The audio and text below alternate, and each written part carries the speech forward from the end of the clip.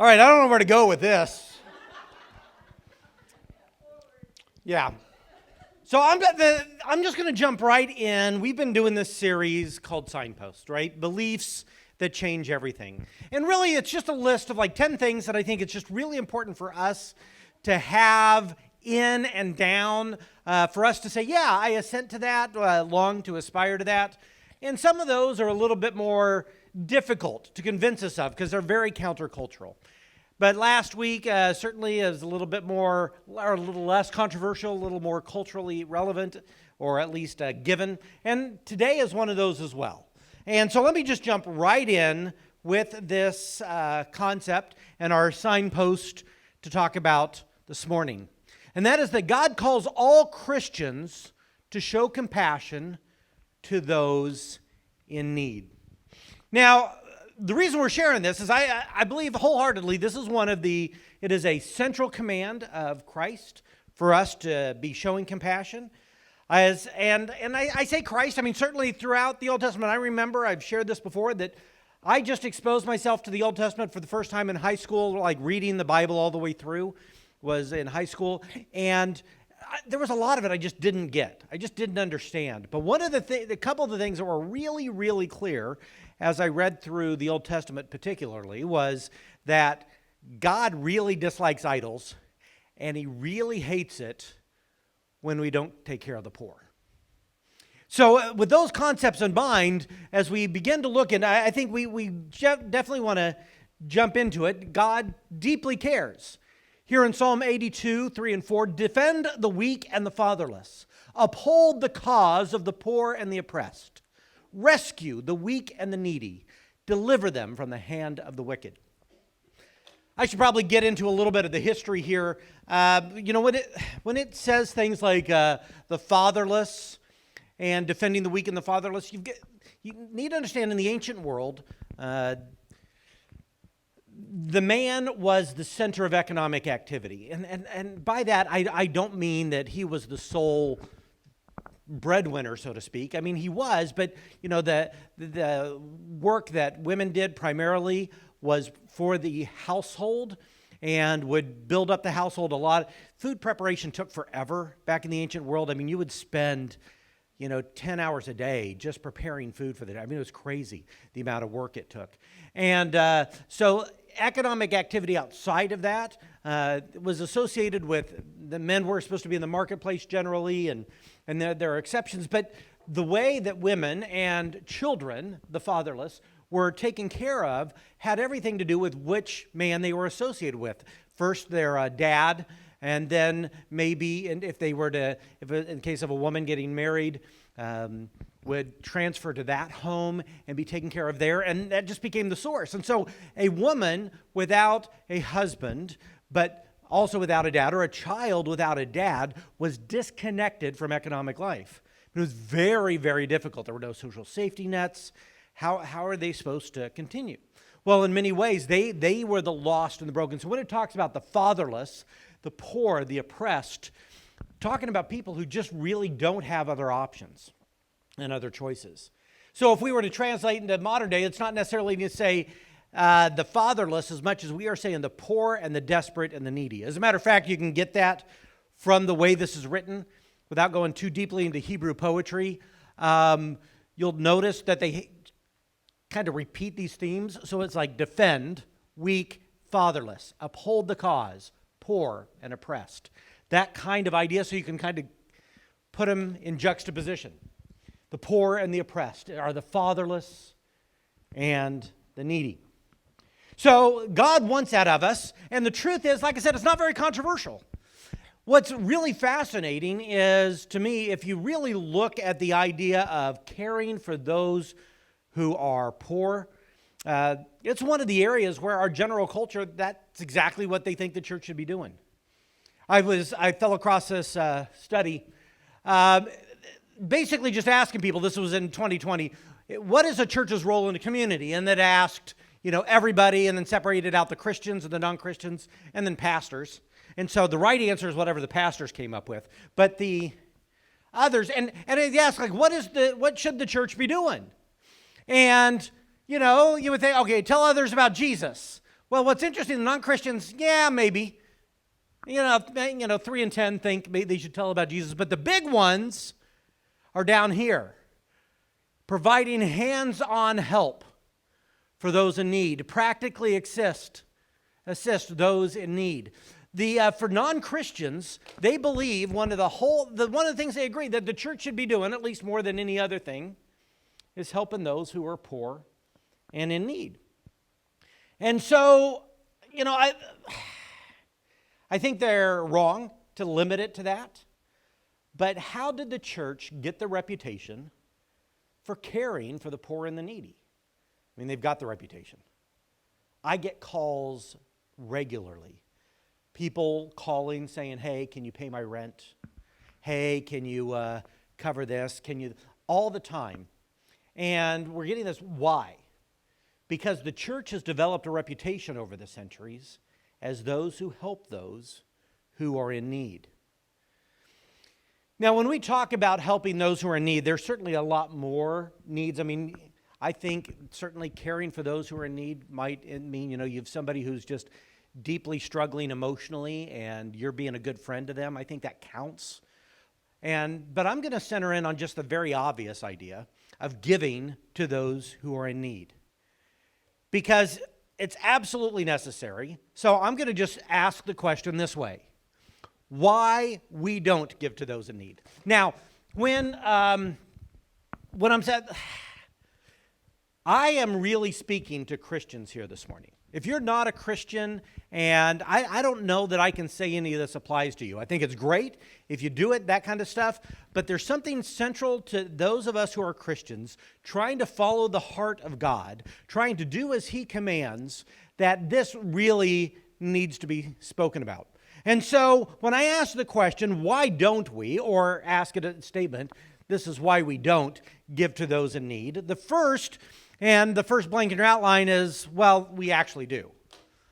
Truthfully, as Christians, we tend to be more generous than most people in the world, certainly in the United States.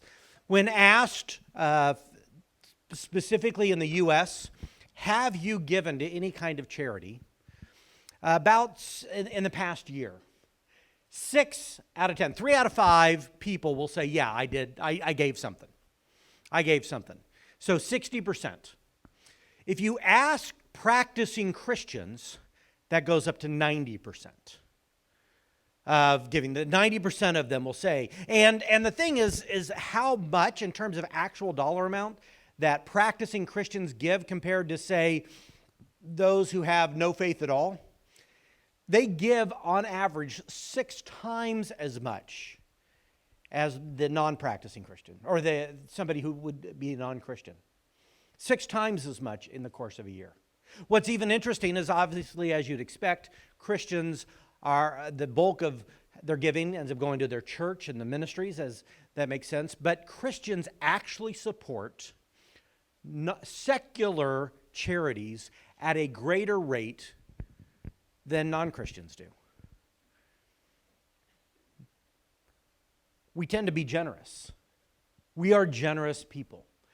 And I don't want to smooth over that at all. I think that's worthy of noting, that people, as we are trying to do our best to follow Jesus, that generally, at least compared to the average American, we're doing better at being able to do that. But if you're here this morning or online and you are at all struggling, or maybe that's not your practice, you're not in the habit of really giving to the needy, then I think the rest of this is certainly worth looking at.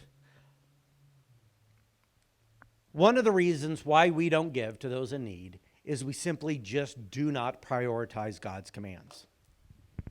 And when I say that, prioritize, I literally mean that. I'm trying to be very specific with the use of the word here, because I hear sometimes, that if I were to say, hey, we should be caring about the poor and the needy. Do you care about the poor and the needy? I think every single person in this room, and maybe even throughout, would say, yeah, absolutely. Absolutely, I care. But you've got to understand, it's not a matter of do I care. It's a matter of almost always, I've got other issues I got to deal with.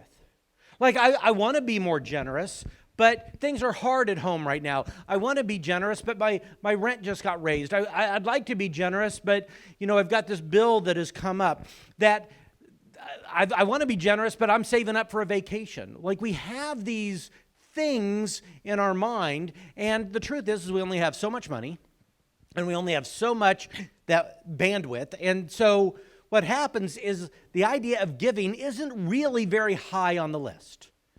Prioritizing God's command isn't that important to us compared to the kind of car we want to drive, the kind of place we want to live, the kind of entertainment we want, the streaming services we have, the level of Wi-Fi, whatever it is. We have all these other priorities, and generosity often falls below that. I have my own unique situation that demands that I not be generous. And I've got a couple responses to that. One is, I think we are just generally without excuse. Let me give you a thought experiment. Think about the amount of take-home money you have, whatever your income level, whatever it is. Think about the amount that you have.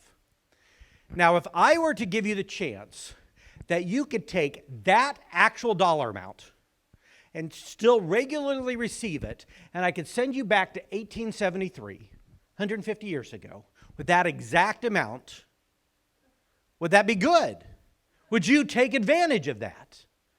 Now, before you answer that question, realize that I looked this up at these rough calculations, that money in 1873, the money you make now, would be worth 25 times as much in 1873.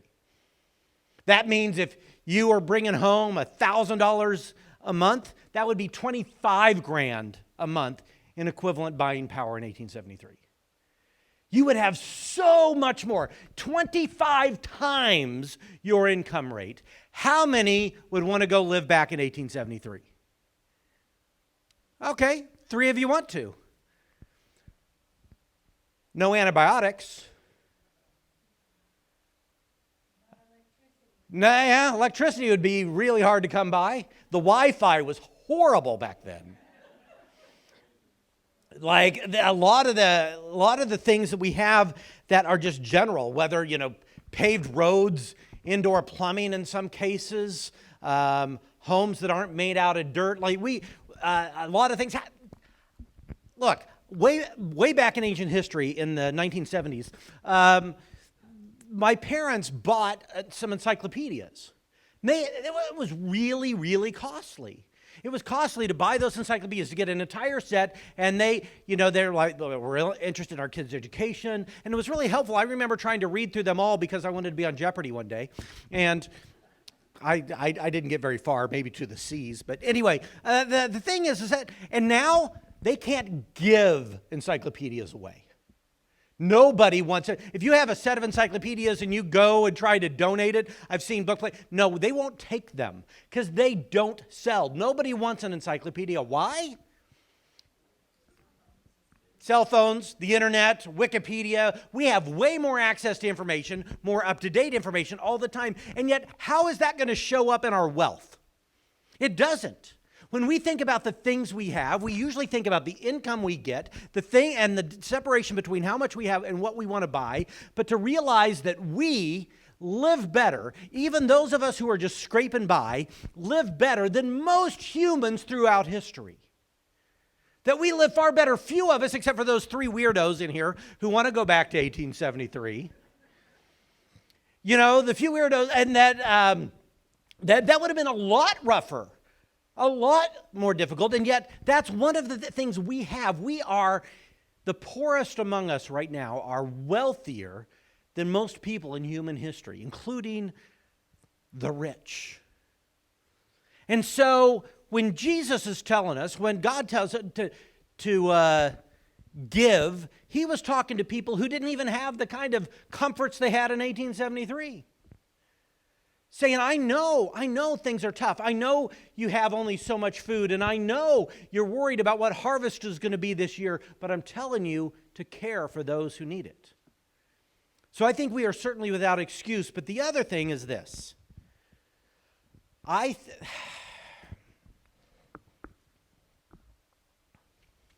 not sure how to say this. Let me just put it this way.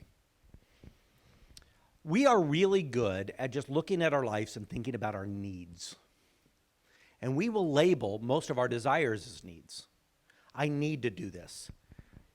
I need to have this. I need to live in this kind of area. I need to make these kind of payments. I need to, and all the bills we have in our lives, all the things are things we volunteered for. I mean, we decided to live where we are living. We decided to get the kind of car we want. We volunteered for all this stuff.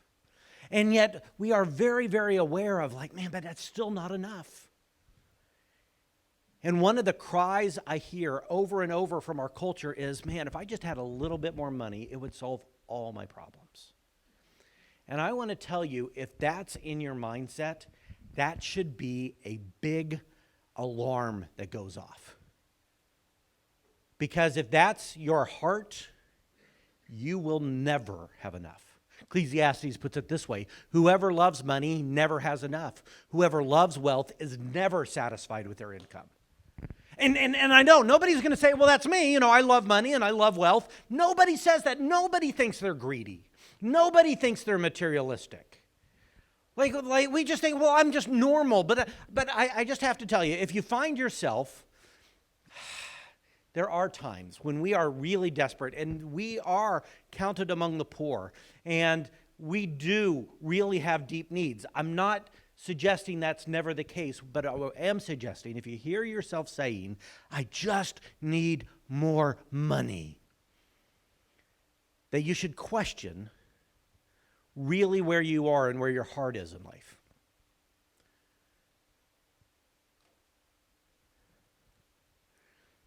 Should just be a red flag. Second reason that we often don't give is we think it might hurt them. To give might hurt people. And I have to tell you, I'm really sympathetic. I mean, it goes this way, right?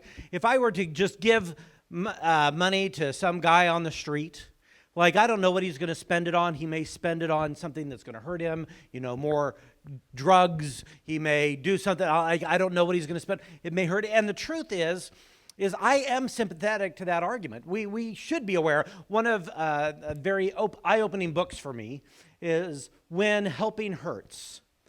And it was talking about this idea and trying to separate helping into different categories. And it mentions different types of poverty alleviation. And there's relief, which is that urgent temporary, somebody's house just got wiped out by a flood. And so you show up to give them some money so they can get a hotel or invite them to stay at your place, that kind of thing. There's this automatic huge disaster that happens. It's an emergency need, and so you provide relief. Another is rehabilitation, seeking to restore people in their communities to some positive elements, and then just development, helping them get better. And the truth is I think about here in Southeast Portland, here in East County, almost everything is relief. Almost all the aid is relief. And as I talk with folks on the street, as I talk with people that are struggling to get by, that there is so little devoted to anything else but relief. Just a handout. There's somebody, you can go down here and get a free coat, and you can go here and get some free food, and you can go, and those make sense in emergency situations. But I have noticed that people have learned that one of the best skills they can have in this area is learning what line to stand in.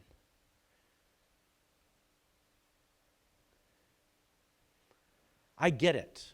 It can be hurting to just hand people.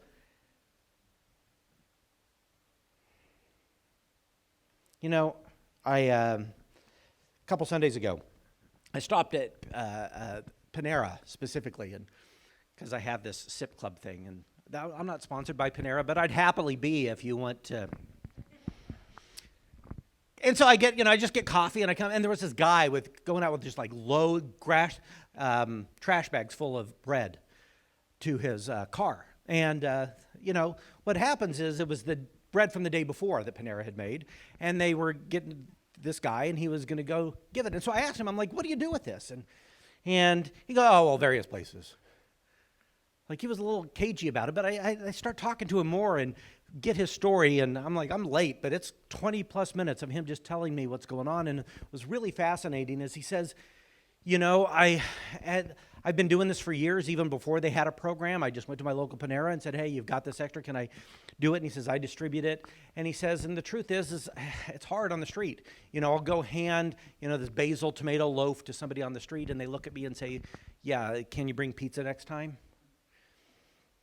He says, but if I take it to the factories, and I go where they have, these people that are working, and they say, hey, can I just set up in your break room and hand this way? He says, these people are in tears when they receive it. They are so thankful and grateful for having this. And it just strikes me that this idea of relief, like one person looks at it as like, oh, of all the handouts I can get, I'd rather have pizza. And somebody else looks at it as like, I need to buy bread. And this is like real helpful. And so I get that kind of idea. However, well, I don't know. I mean, at some level, can we say who cares? I'll get to that in a second. But the other level is this. If you're of that mindset, like I don't want to just give because I don't know what they're going to do with it, okay, fine. But then what are you doing? If your response to say, no, I don't give to people on the street because I don't know what they're doing, then that should be a question. So what are you doing? I think about this passage in James. Suppose a brother or sister is without clothes and daily food, and if one of you says to them, go in peace, keep warm and well fed, but does nothing about their physical needs, what good is it? In the same way, faith by itself, if not accompanied by action, is dead. See, I think what God is saying here is not that, if you don't give to people in need, then you're going to go to hell. I don't think that's what he's doing here. He's saying faith that is truly alive. If you have faith, if you are really committed to Jesus, it's going to show up. And one of the ways it's going to show up is in generosity. It's going to show up as you be generous to others. Now, with that said, I just want to give you 4 ways that you can start today. This isn't a habit of yours, 4 things you can do. The first that you could do is simply just give directly. I'd be willing to bet a lot of us already know somebody who is in need and something we can help them with.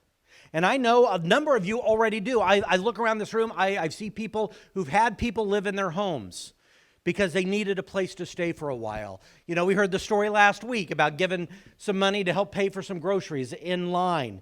I know people that are just going and doing that already. And so if you know of a need, maybe this can be your kick in the pants to say, let me help. And it doesn't have to be big. It doesn't have to be amazing. It just has to be, I see a need and I can fulfill it. This past week, actually it was more than a week ago, there's this guy I'm in contact with, and I talk with him, and he's emotionally and mentally he is a mess. This guy is a mess. And he lives on subsistence, and at the end of every month, he's always a little shy. Always. Never once does he seem to think, I should make this money last a little bit longer than the month. He's always like, I'll get what I want because I still have money, and then I wonder what happens during the last couple days. So I happen to have some frozen burritos. I had them here in the freezer because, when I don't have time for lunch, I just have them here in the freezer, and I'm like, I'll go make a frozen burrito. They're incredibly healthy and good for you. So I feel like I was making really good choices with those. But he's contacting, hey, you want to go to lunch? And I'm like, actually, I don't have time for lunch. I can meet you later. We can get some coffee or something, but I don't have time. He goes, because I don't have any money and I need to eat. I'm like, wait, you invited me to lunch to buy you lunch? And I said, I don't have, but you know what? I've got some frozen burritos. You want some frozen burritos? And he says, yeah. So I took him some frozen burritos. And why? I mean, I don't know that it was all that it was perfect and great. I don't really know. I don't know if he's making the best choices. I don't really know. And I think in part, who cares, right? There's a story about C.S. Lewis. I don't know if it's true, but he was going down the street and some guy was on the street begging for money and he hands him some money. And the friend with C.S. Lewis says to him, you realize he's just going to buy ale with that? And C.S. Lewis says, well, that's what I was going to do with it. So the thing is like, whatever, like just letting go maybe just matters. But the fact is, somebody in need, you can make a difference. Do it. That's one thing you can do today. I bet some of you know. Secondly, you can give indirectly. There are some really great organizations that make it their whole purpose to try to help others. And if you have any sense of what they're doing and you say, you know what, I can't do this myself, but I can support you in doing it. There are some great organizations. Lisa and I, ever since Lexi was like 5 or 6, have been supporting World Vision that does relief and spiritual care for people throughout the world. And we say, look, we don't know anything about poverty alleviation there in Uganda, but you guys have been doing it, and so we want to just help, and we started supporting them, sending them money. They tell us it's for this one kid, but the truth is I know a lot of it's used for the village, so great, go, I don't care. Like, I trust the work you're doing. You want local? There's this place over here, My Father's House, which does great work on trying to help people develop and get to places where they learn how to get jobs and pay rent. And matter of fact, they're starting to build a thrift store, because what they want to do is they're like, some of these people have never had jobs, and so what we want to do is help them. Like, we'll give them a job in our own thrift store and help them do that, and they're just right down the street. And a great way. You include it in your worship folders. You see there's this whole thing for EFM. It's a Christmas catalog. I know it doesn't feel like Christmas yet, but stores are already celebrating, so I thought we should too. But as ways, like maybe the Evangelical Friends Mission, it's like our missions wing for our denomination, and if maybe something in there strikes your heart, that's something you could do. As opposed to giving directly, you can give to them so that they can give. You could do that today. Another one you could do is just give communally. Meaning, we here at Linwood, we do things as a community, and you could do things, we're doing these hygiene bags that they had talked about, and donating to that so that it can be given is a way to support what's going on. I don't know if you know this. We have a special missions fund here at Linwood, which means every dollar we receive, we take 10% right off the top and we put in the special mission fund. And the rule for the special missions fund is it has to go to things that aren't directly about us. So sometimes it'll go towards our denomination yearly meeting. Sometimes it'll go for special projects. We'll let the fund just build up so that maybe we can help plant a church somewhere. We've got all these ideas, but for the most part, while there are a few expenditures from time to time, we would love to have somebody that says, hey, let me oversee that, help oversee that so we can spend money and helping people around here. We'd love to do that. You could give communally. But then lastly, is give using others' resources. Now, I want to warn you, I'm tricking you here. Because here's what I'm going to tell you can do. What you can do is you can simply take something you would otherwise receive, or something that could be for you, or something that somebody else has, and divert it to somebody in need. A classic example, a couple years ago on my birthday, I almost never go to Burgerville, but I'm signed up with their app, and I get a free birthday shake. So I go over to Burgerville a couple years ago, and I get my free birthday shake, and as I'm driving out, there's somebody saying, hey, do you have any money so I can get something to eat? And I said, I don't, but I have a shake. Would you like the shake? I mean, it's not the healthiest thing, but would you like that? And they took my shake, and I was like, but I wanted it. But here's the funny thing is like 15 minutes ago, I didn't have it. I didn't really sacrifice anything but driving over to Burgerville to get it. And so for me to give this, it didn't really cost me anything. It was just really like receiving and giving immediately. It was kind of weird that I was bummed about it. But I gave it to him. We're going to have a chance for you to do that as well. But here's why it's a trick. Because really, theologically, isn't that what we all do anyway? Your resources, if you are a Christian, if you are a follower of Jesus, your stuff isn't your stuff. You have given your life over to God. You've given your stuff over to God. It belongs to Him. And if He, from time to time, says, hey, here's what I want you to do with it, then we aren't really taking our stuff and giving it away. We're taking God's stuff that He has put in our care and giving it away. So I have a really practical application. First of all, let me give you the scripture reference for this. Have you ever thought about kind of the agricultural setting? There's this really interesting passage in Leviticus, right? When you reap the harvest of your land, do not reap to the very edges of your field or gather the gleanings of your harvest. Leave them for the poor and for the foreigner residing among you. I am the Lord your God. So what he's saying is, when they would farm and they would go and they would get all the grain and they would get that. And that he's saying, you know what? I don't want you to be super efficient. I don't want you to go through the field again and get every little bit out of it. There should be just some of the stuff that I have given you. You planted, I made it grow. It's there in the field. I want you to leave some of it so that those who are in need can come and grab some and eat from what I have otherwise would have given to you. Don't be so worried about eking every little bit of profit out. Allow for others as well. God gave, and we simply are conduits for that. So here's what I have for you. If you're willing to do it, no requirement, no judgment. Well, okay, I may judge you a little bit, but no real judgment. So what we have out here, hopefully they've already filtered that out on a cart. I've got 4 things on a cart. I've got some bottled water, I've got some granola bars, and I've got some socks. And then the 4th thing is a little plastic bag. If you are willing, I recommend go get one of the gallon bags, put a pair of socks in it, put one of the bottles of water, put a granola bar, seal it up, and put that in your car. And then just see if you might run across somebody who could use it. Like, leave it in there and just give it now. Now, it's not going to cost you a thing apart from putting it together. Keep it in your car. And just see. Now, here's what I've done in the past, because I know sometimes it's weird when you go up to somebody and go, hey, could you use this? And they're like, what do you think I am? No. So what I've done is when I see somebody, and from time to time, maybe in front of the church, I said, hey, this is going to sound weird, but I've got this thing. It's got like a granola bar and some water and some socks. If I gave it to you, do you know somebody who could use it?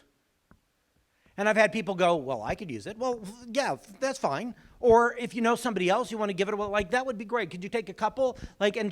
And people have been really open to that. And so I just encourage you just to see and realize as you give something that didn't cost you, I should point out it cost you a little bit because it came out of that special missions fund I was talking about. But just to say and just to have and just see. Because here's the thing. If God has really called us to live in such a way as to allow some of it to flow over to others in need, if God has commanded that and we have given our lives over to God, then part of discovering the blessing He has for us is to live into that. If you're not doing that, I encourage you to start. Because if we could really believe that God has called us all to really care for those in need, I think it would change everything. Let's pray. Lord, the truth is that there are those who are dependent on me. There are those I need. There are obligations I have. There's a certain amount of good stewardship that I just need to live out. And balancing that out with generosity can sometimes be really tough. There are those I know who are here this morning who are struggling, that don't quite have enough money to make it quite to the end of the month. And so I understand those kind of impulses. And Lord, I just ask that you direct each and every one of us into how we might be generous. Whether it's to build into our lifestyle and our budgets some kind of way to be giving, whether it's about offering things that we can, a room for someone to stay in, that whatever it might be. But Lord, help us to be more generous. Help us to be more like you. I think about that you loved us so much that you gave your one and only Son. And that as we become givers, we become more like you. And that's a prayer worth praying. In Jesus' name, amen.